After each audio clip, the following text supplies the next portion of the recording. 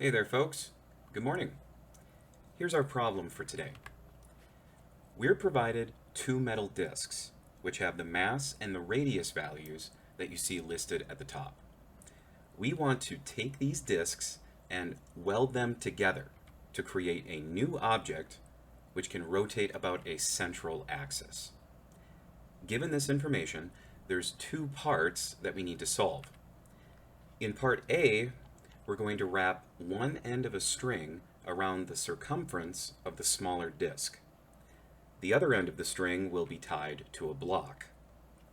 Once we release the system from rest, the block will fall and accelerate towards the ground.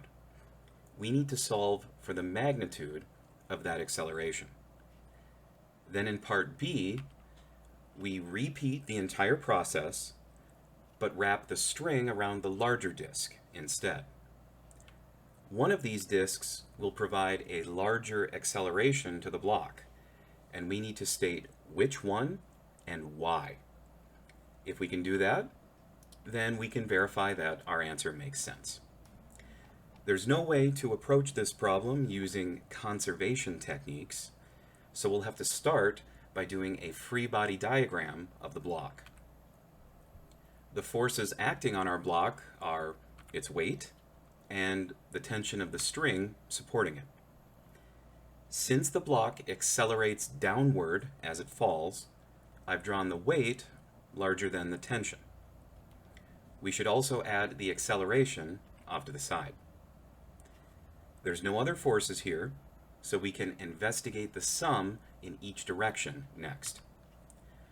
Along x, we get 0, since there's no sideways movement during the vertical fall. And along the y direction, we have the sum of the positive weight and the negative tension being equal to positive ma, due to the way that I've set up the coordinate system in the top right corner. I'm going to move the tension over to the right-hand side and then exchange the weight with its definition, mg. That's all that we can do here for now. Our next move is to create a free body diagram of the smaller disk. I'll reference the point of rotation as point O, and we can add the radius of the smaller disk as well. If we wrap our string around the smaller circumference like this, then the tension of the string will point downward in the following position. And that's everything taken care of, so we can move on to the sum of torques next.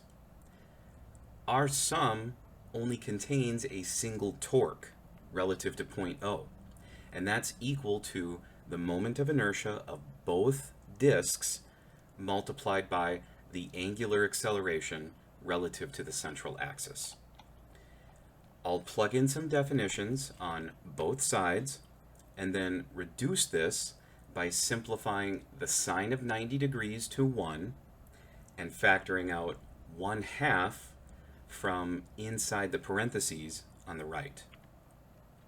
In problem number 7 of this chapter, we used an equation that allowed us to relate the linear acceleration of one object to the angular acceleration of another that were connected by a string or a rope or whatever.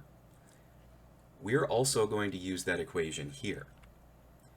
Let's divide both sides of that by R1 and plug in the ratio for alpha. Once that's done, we can take our bottom equation and move it over to a fresh slide, and then divide both sides of this by R1 as well, which will leave the tension over by itself on the left. This definition of the tension will be used in that sum of forces equation that we had from earlier, this one down at the bottom. Let's go ahead and insert the expression for T into that bottom equation, and then we'll want to factor out A on the right-hand side, followed by dividing both sides by everything that's inside those outer parentheses on the right. And now we've isolated the acceleration. If we plug in our numbers, we find that the smaller disk provides a linear acceleration with a magnitude of approximately 2.88 meters per second squared. There's our first answer, and part A is now done. For part B, we need to create a free body diagram of the larger disk, and I'll save us some time and skip through most of the steps, since the only difference is now we're using R2 instead of R1. The same applies to the sum of torques as well. Here I've shown all the spots where we need to switch out R1 with R2 using a red color for the variable text. Nothing else in this process changes. The same goes for when we solve for the tension and plug it in down at the bottom, as well as factoring out the acceleration on the right and solving for it, and then plugging in our numbers down at the bottom. On my calculator, I get a linear acceleration with a magnitude of approximately 6.13 meters per second squared using the larger disk, and that's half of the answer to part B. The other half of the answer comes from comparing the two accelerations and verifying the answer.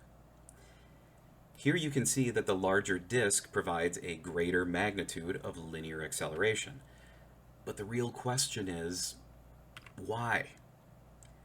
We can't just assert that our answer makes sense.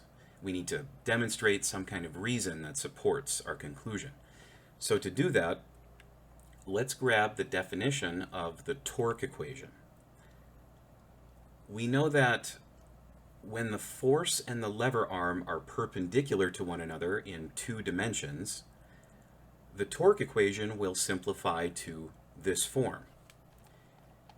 In our problem, the force was the tension in the string, and the lever arm was the radius of the disk that we chose.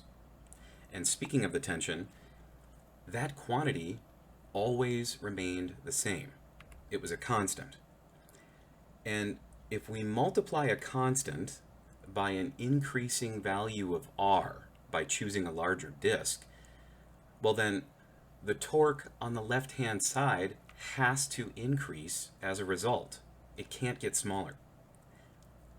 We can express this in a very compact way by stating that the torque due to the tension is proportional to the radius of the disk that we use.